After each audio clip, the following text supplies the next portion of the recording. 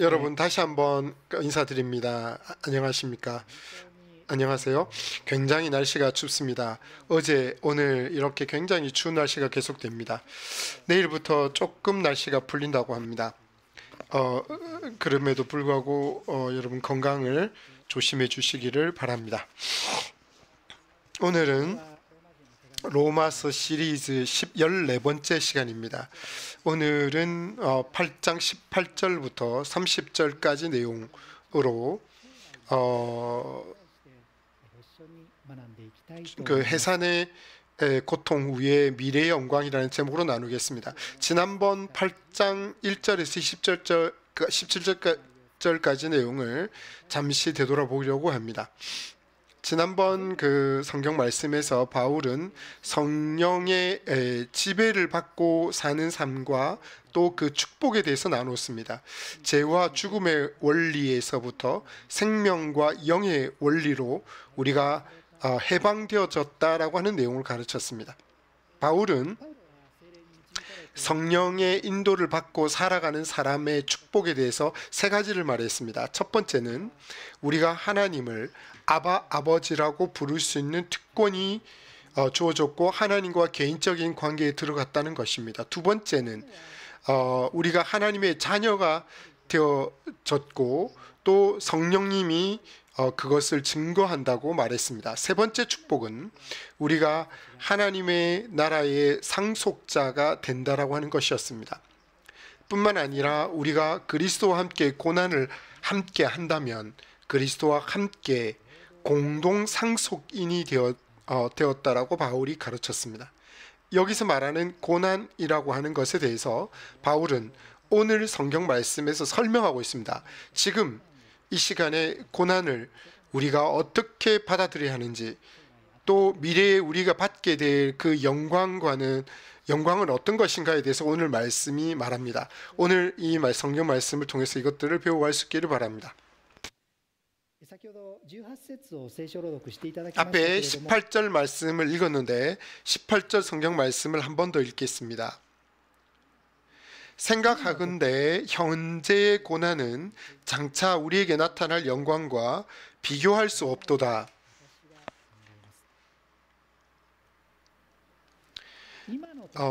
현재의 고난이라고 하는 것은 그 낡은 죄의 성질과 같은 그런 갈등을 느끼는 그런 고통을 말합니다. 이런 고난 가운데 하나님에게 창조되어진 그 피조물들이 신음한다라고 바울이 말하는데 19절부터 22절까지 내용을 읽겠습니다. 피조물이 고대하는 바는 하나님의 아들들이 나타나는 것이니 피조물이 허무한데 굴복하는 것은 자기 뜻이 아니요 오직 굴복하게 하시는 이로 말미암음이라. 그 바라는 것은 피조물도 썩어짐의 종로로 단 데서 해방되어 하나님의 자녀들의 영광의 자유에 이르는 것이니라. 피조물이 다 이제까지 함께 탄식하며 함께 고통을 겪고 있는 것을 우리가 아느니라. 여기서 피조물이라고 하는 것은 인간을 뺀 피조물 전체를 말합니다. 20절에서 바울은 허무한데 굴복했다라는 표현을 쓰고 있습니다. 허무에 굴복한다라고 하는 말이 무슨 말일까요? 창조주 되신 하나님께서 만드신 몰래 세계라고 하는 것은 완전한 세계였습니다. 하나님은 자신이 창조한 모든 것을 보셨을 때 굉장히 보기 좋았다라고 창세기 1장 31절에서 말하고 있습니다. 아주 완전한 상태였고 보기 좋은 상태였습니다. 그런데 첫 번째 인간이었던 이 아담이 죄를 지었게 되고 그러면서 이 세상에 죄가 들어오게 됩니다. 그래서 여기서 말하는 허무한데 굴복했다라고 하는 것은 하나님의 처음 만들으셨던 그 완전한 상태가 손상된 것을 말합니다.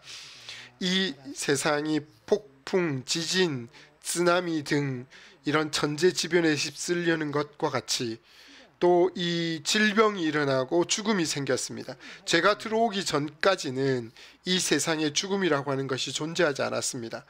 동물도 약육 강식의 형태로 되어져 있지 않았습니다. 그런데 왜 이 세상에 고통과 슬픔으로 가득 차게 되었을까요? 그것은 인간이 죄를 짓게 되고 이 세상에 죄가 들어오게 된 것이 원인이 되었던 것입니다. 인간이 죄를 지었기 때문에 이 세상은 고통과 슬픔으로 아주 가득한 것이 되어버렸습니다.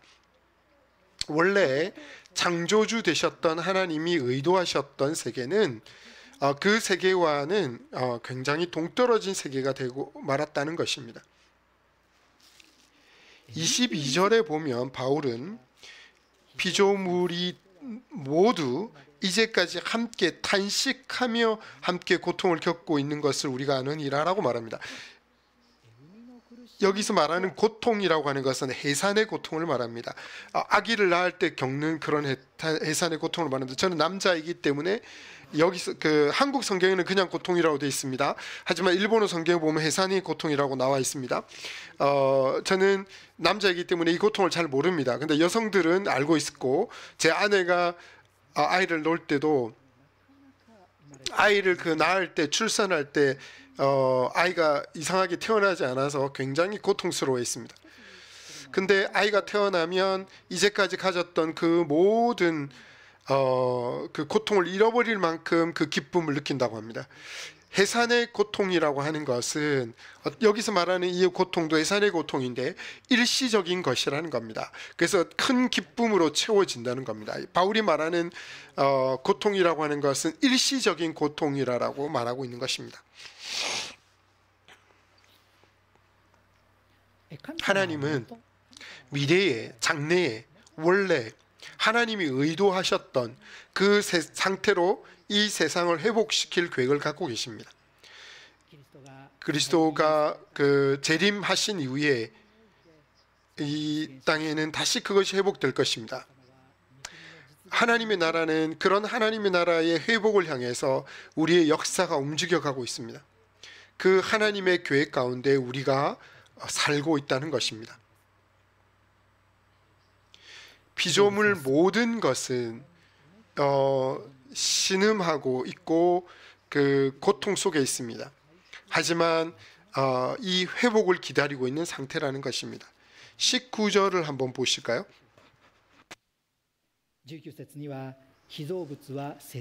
피조물이 고대하는 바는 하나님의 아들들이 나타나는 것이니라고 나와 있습니다.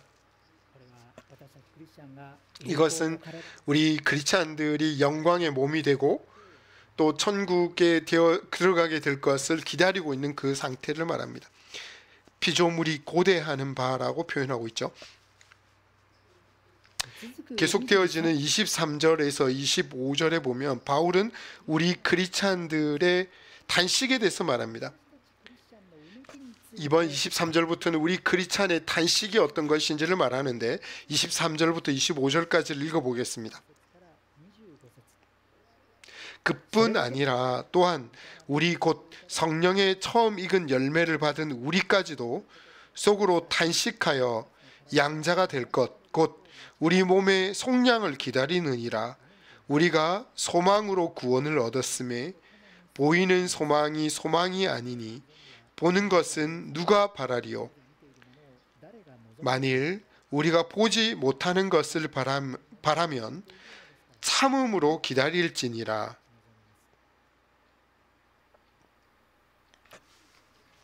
23절에 말하고 있는 것처럼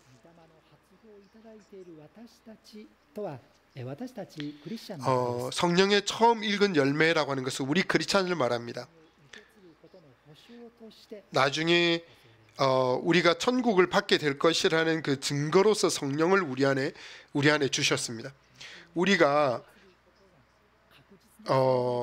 구원을 받게 될 것이라는 그 확신으로서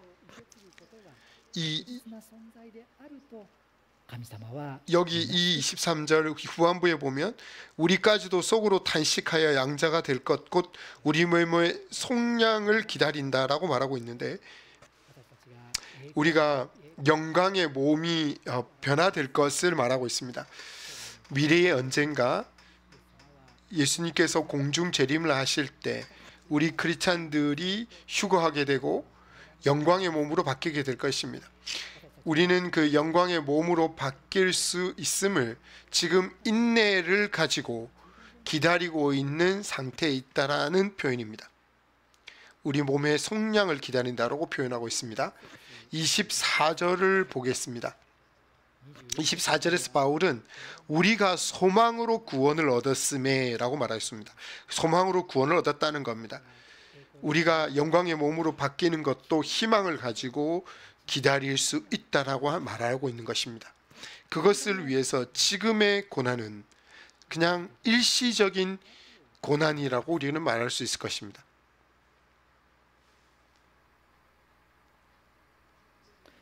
계속되어지는 26절부터 27절은 인내를 가지고 기다리고 있는 우리를 위해서 성령님께서 중보 기도를 하고 있다는 것을 바울이 설명하고 있습니다. 26절, 27절 읽어보겠습니다. 26절, 27절입니다. 이와 같이 성령도 우리의 연약함을 도우시나니 우리는 마땅히 기도할 바를 알지 못하나 오직 성령이 말할 수 없는 탄식으로 우리를 위하여 친히 간구하시느니라. 마음을 살피시는 이가 성령의 생각을 아시나니 이는 성령이 하나님의 뜻대로 성도를 위하여 간구하심이라.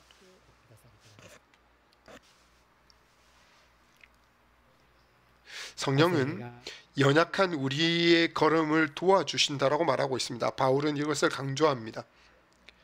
큰 고난에 직면할 때 우리는 무엇을 어떻게 기도해야 될지 정말 모르게 될 때가 있습니다. 그렇지만 그런 상태에 있을 때 성령님께서 정말 말로 표현할 수 없는 탄식으로 하나님 아버지께 기도한다라고 표현하고 있습니다.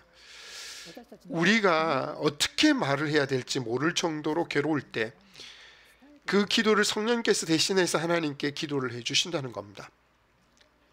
인간의 마음을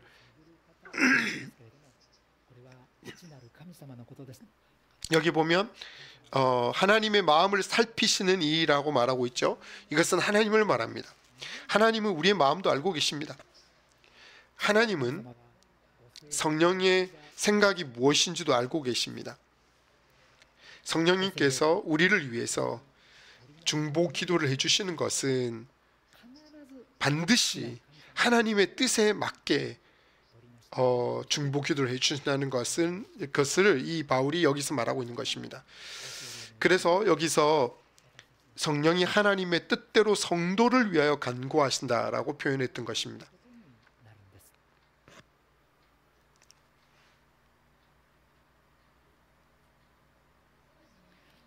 이 28절부터 30절에 인내를 하고 기다리는 우리에게 바울은 우리 크리스찬들의 걸음은 모든 것이 합력해서 선을 이룬다라고 말하고 있습니다.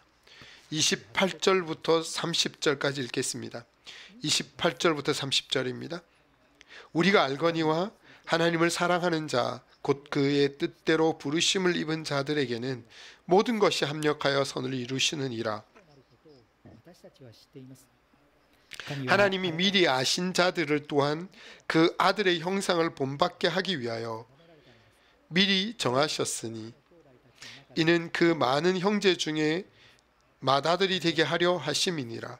또 미리 정하신 그들을 또한 부르시고 부르신 그들을 또한 의롭다 하시고 의롭다 하신 그들을 또한 영화롭게 하시느니라. 하나님을 사랑하는 자 곧 그 뜻대로 부르심을 입은 자들이라고 하는 것은 우리 크리스찬을 말합니다. 여기서 우리에게 일어나는 모든 것이 유익하다라고 말하고 있지 않습니다.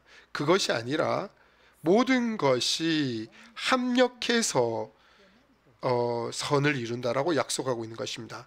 하나님께서 모든 것을 역사하게 해서 우리에게는 결과적으로는 유익하게 말한다는 겁니다. 하신다는 겁니다. 29절을 한번 봐주실까요? 여기에 있는 미리 아신 자들이라고 말하고 있는데 하나님은 이미 구원으로 인도하신 자들을 말합니다.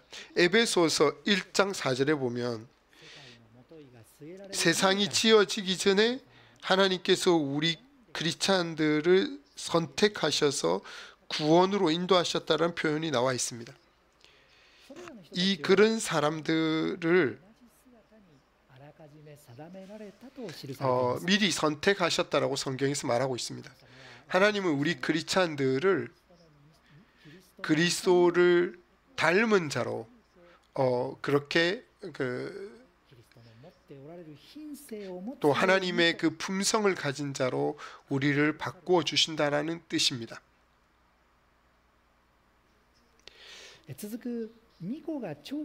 그리고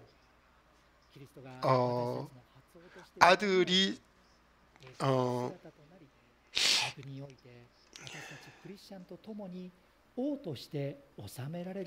여기 29절에 미리 정하셨으니 이는 그로 많은 형제 중에 맏아들이 되게 하렸습니다 라고 말하고 있습니다. 30절도 봐주실까요? 우리 크리스찬들이 구원을 바르게 되고 의롭게 되고 또 영화롭게 될 것이라고 말하고 있습니다. 하나님은 지금 우리의 고난이 결과적으로는 미래에 영화롭게 될 그런 근거로 삼으신다는 것입니다. 1월 말에 복음 예배에 가와하라 시오상이 간증을 해주셨습니다. 그 간증 가운데 이 로마서 8장 28절을 인용해서 간증을 해주셨습니다. 어떤 날 이 부인이 아파서 입원하고 수술을 받게 되었다고 했습니다. 후미오상은 부인이 그리스도를 구주로 믿고 진지하게 살아가고 있었지만 왜 이런 병이 걸렸을까 굉장히 화가 났다라고 말했습니다. 그래서 병원에 가서 아내와 함께 하나님께 불평을 하게 되었다고 말했습니다. 하지만 그 아내의 대답은 굉장히 놀랐다고 합니다. 하나님께서 모든 것을 합력해서 선을 이루신다는 이것을 인용하면서 말씀하셨습니다. 굉장히 희한한 걸 말하네라고 그 남편은 아내에 대해서 생각을 했지만 집에 돌아가서 혼자 있을 때 자기 자신을 되돌아볼 때 이제까지 자기 자신이 자기 마음대로 살아오면서 부인에게 걱정을 끼쳤지만 원래라면 자기 자신이야말로 하나님으로부터 벌을 받아야 하는 사람이지 않았나라는 생각을 하게 되었다고 했습니다. 그것이 계기가 돼서 교회로 가게 되어졌는데 그리고 자신이 예수 그리스도를 영접하고 세례를 받았다는 내용을 그분이 나눠주셨습니다. 되돌아보면 이 로마서 8장 28절의 약속 그대로 아내의 병을 통해서 남편이 예수 그리스도를 믿게 되어졌으니까 합력해서 선을 이루는 그런 일이 일어났던 간증을 나눈 적이 있었습니다. 여기까지 오늘 이 말씀을 살펴보았습니다. 오늘 말씀 가운데 바울은 모든 피조물 전체가 우리 크리스찬들도 해산의 고통을 겪고 있다라고 말했습니다. 우리 크리스찬들은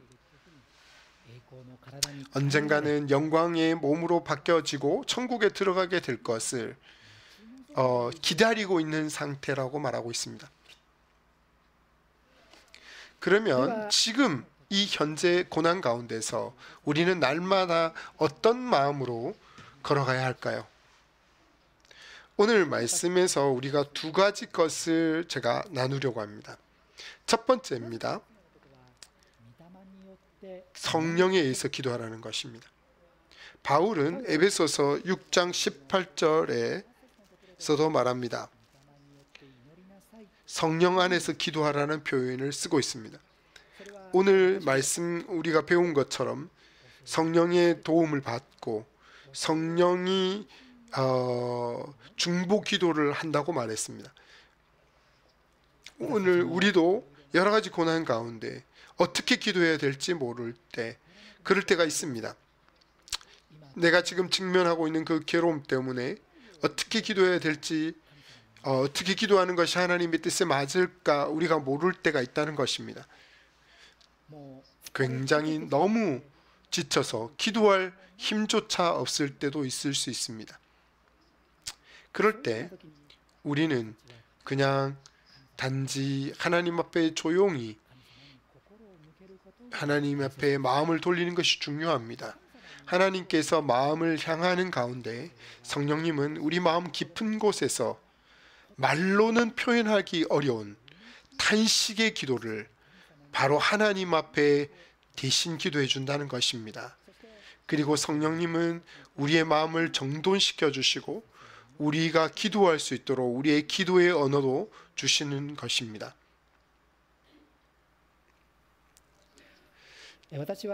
저는 그 휴일 때 기도 산보를 할 때가 있습니다. 기도 산보라고 하는데 아침에 일어나서 아침에 큐티도 하고 아침 식사를 한 이후에 저는 산책을 나갑니다. 집 근처에 샌리주오 공원이 있는데 그곳을 빙빙 돌면 약 45분 정도 코스입니다. 이때 저는 그냥 특별한 기도의 제목을 가지고 기도하지는 않습니다. 어떻게 기도하냐면 그냥 하나님 앞에 조용히 하나님과 교제하는 기도를 드립니다. 하나님 앞에 마음을 담아서 기도하면 그냥 내 마음 가운데 말로는 표현할 수 없는 어떤 나의 생각들이 제 속에서 올라올 때가 있습니다. 그러면 자연스럽게 하나님에 대한 찬양을 올려드리거나 또는 감사의 마음 또는 하나님 앞에 정말 드리고 싶은 그 마음이 그 언어로서 나오기 시작합니다.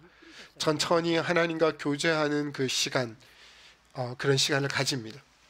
이 산책에서 기도할 때 저는 성령님께서 내 마음을 붙잡아 주시고 또 제 마음을 정리해 주고 계신다라고 저는 느낄 때가 많습니다.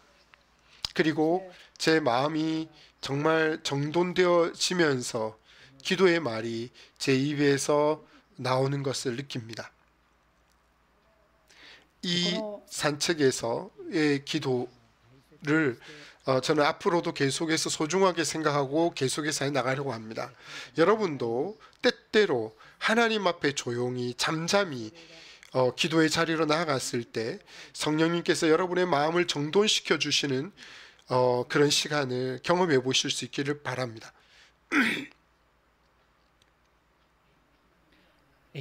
현재의 고난 가운데 우리가 마음에 품어야 될 두 번째 포인트는 28절에 있는 것이 28절에 나와 있는 것처럼 모든 것이 합력해서 선을 이루신다는 이 약속을 믿는 것입니다. 이 말씀의 약속의 신뢰로서 아까 제가 간증했던 것은 가와라 후미오상의 간증의 내용을 여러분들에게 설명해 드렸습니다. 그 약속의 신뢰이기도 합니다. 하지만 실제로 우리가 큰 고난 가운데 빠지게 되면 그때는 우리는 이 약속을 자신의 것으로 받아들이지 못할 때가 많습니다. 지금 자신이 직면하고 있는 고난, 이 약속과는 관계가 없는 것처럼 때때로 느낄 때가 있습니다.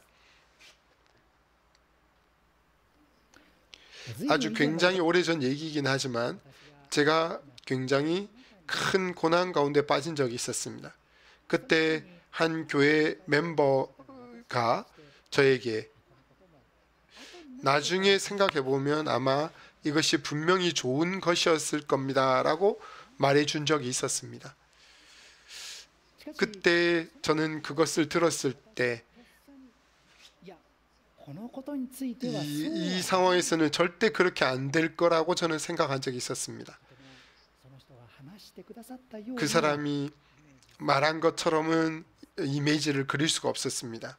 하지만 몇 년이 지나고 나서 그 과거를 회상해 보니까 진짜 그 사람의 그 어드바이스처럼 그분의 말이 맞았던 것 같다라는 생각을 할 때가 있었습니다.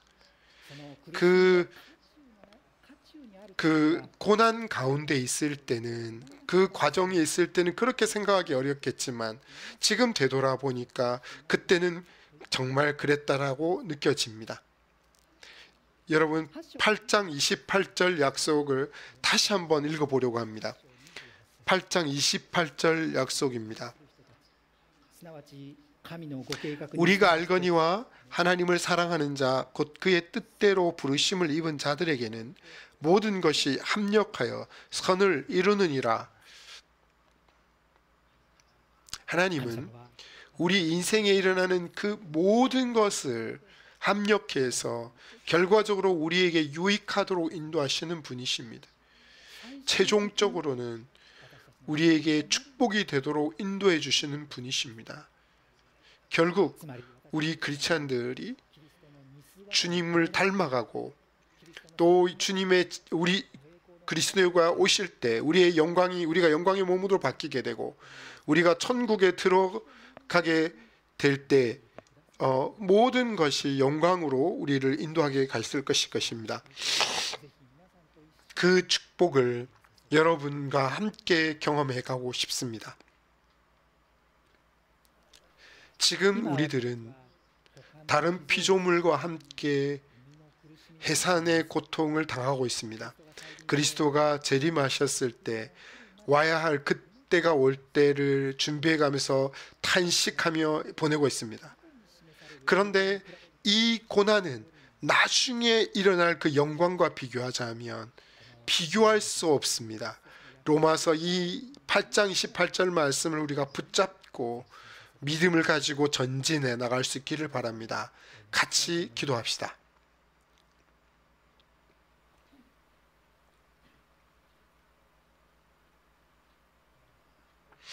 지금 큰 고난 가운데 있는 분도 계실 것입니다. 어떻게 기도해야 될지 정말 모르겠다라고 생각하는 분도 계실 겁니다. 하나님 앞에 마음을 드리고 성령님께서 탄식으로 기도하시는 그 기도를 해줄 수 있도록 말로 표현할 수 없는 그 탄식으로 성령님께서 나를 위해서 기도해 주시도록 기도합시다.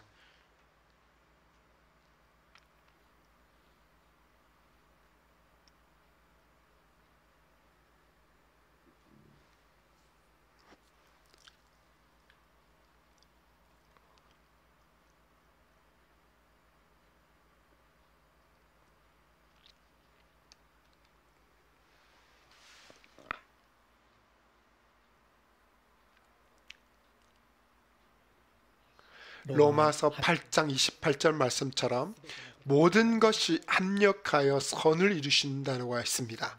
이 말씀을 우리가 이 약속을 믿을 수 있도록 기도합시다. 굉장히 괴로운 가운데 있을 때는 이 말씀이 믿어지지 않을 때도 있습니다. 그렇지만 성경은 말합니다. 우리 자신을 신뢰하지 말고 말씀을 붙잡으라고 합니다. 각자 그렇게 기도합시다.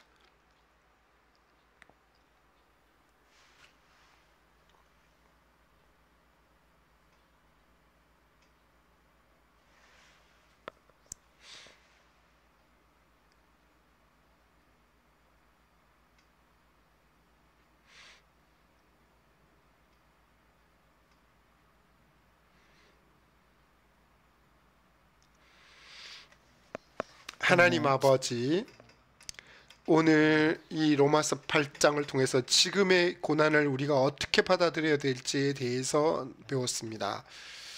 우리들은 굉장히 큰 고난 가운데 직면하면 기도하지 못할 때가 있습니다. 무엇을 어떻게 기도해야 될지도 모를 때가 있습니다. 그러나 그때 하나님께 우리가 얼굴을 돌리는 것이 아니라 조용히 잠잠히 하나님을 더 향할 수 있게 하여 주시옵소서. 말로는 표현할 수 없는 그 성령님의 탄식하는 기도를 성령님께서 행하실 수 있도록, 그리고 성령님께서 그를 인도해 주시도록 우리가 기도할 수 있게 하시옵소서. 로마서 8장 28절 약속에 있는 것처럼 우리가 더 성령님을 의지할 수 있게 하여 주시옵소서. 모든 것이 합력해서 선을 이루신다라고 하는 것을 때때로 우리 자신이 믿을지 못할 때가 있습니다. 그러나 나의 지식을 의뢰하는 것이 아니라 하나님을 더 강하게 붙잡을 수 있게 하여 주시옵소서. 지금 이 고난에 직면하는 것, 저에게 있어서는 굉장히 인내가 필요한 것입니다. 하지만 정말 미래에 내가 보게 될 당신을 기도하며 나갈 수 있게 하여 주시옵소서. 이 모든 기도를 살아계신 주 예수 그리스도의 이름으로 기도했습니다. 아멘.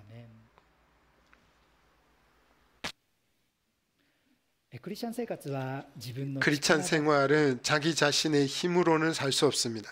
하나님으로부터의 도움과 인도를 받고 처음으로 크리스찬의 삶이 사라질 수 있는 것입니다. 오늘 정말 하나님의 도움을 받고 하나님과 동행하며 살기를 원하는 사람이 있을지 모르겠습니다. 하나님의 도움과 인도를 받기 위해서는 우리들은 먼저 예수 그리스도를 구세주로 믿을 필요가 있습니다. 인간은 누구나 마음 가운데 죄가 있습니다. 사람을 미워하거나 거짓말하거나 나쁜 것을 생각하거나 모든 사람에게 죄가 있습니다. 그런 죄가 하나님과 인간의 벽을 만들어 버립니다. 우리가 하나님의 사랑으로부터 분리되어져 버리고 맙니다. 죄 있는 인간은 이 땅에서의 삶이 끝날 때 죄의 형벌을 받지 않으면 안 됩니다. 인간은 죽은 이후에 하나님의 사랑이 결코 이르지 못하는 영원한 멸망에 이를 수밖에 없다고 성경이 말합니다. 하지만 하나님께서 우리를 정말 사랑하셨기 때문에 우리가 그 영원한 멸망에 빠지지 않도록 우리의 죄의 형벌을 대신해서 받아주실 구세주를 이 땅에 보내주셨던 것입니다. 바로 그분이 예수 그리스도라는 분이십니다. 그리스도는 단 하나의 죄도 없으셨습니다. 하지만 십자가에 달려 돌아가셨습니다. 원래대로라면 우리 자신들이 받지 않으면 안 되는 그 죄의 형벌을 그분이 대신해서 받아주셨기 때문이었습니다. 어떤 사람이라도 이 예수 그리스도가 나의 죄의 형벌 때문에 십자가에 달려 돌아가신 분이라는 것을 믿기만 한다면 하나님으로부터 영원한 생명을 받게 됩니다. 그리고 하나님의 도움과 인도를 받아서 지금까지의 인생을 하나님이 원하시는 삶으로 살 수가 있습니다. 제가 지금 이 시간에 내가 당신을 예수 그리스도로 또 나의 죄를 용서하신 분으로 영접하겠습니다 라고 기도하는 기도를 하려고 합니다. 괜찮으신 분들은 마음속으로 이 기도를 따라해 주시기 바랍니다. 그러면 기도하겠습니다. 하나님 아버지, 하나님 아버지라고 기도해 주십시오. 당신 앞에 서면 저에게도 죄가 있습니다. 그리스도께서 십자가에 돌아가신 것은 저를 대신한 것이었고 우리의 죄를 용서하기 위한 것이었다는 것에 대해서 감사를 드립니다. 저는 그리스도를 제 구세주로 영접합니다. 아멘. 지금 저와 함께 이 기도를 드리신 분은 하나님으로부터 죄의 용서를 받으신 겁니다. 다른 말로 크리스찬이 됐다는 뜻입니다. 지금부터도 계속해서 교회에 와주시기 바랍니다. 하나님의 사랑이 얼마나 큰 것인지 지금부터도 계속해서 같이 배워갈 수 있기를 바랍니다.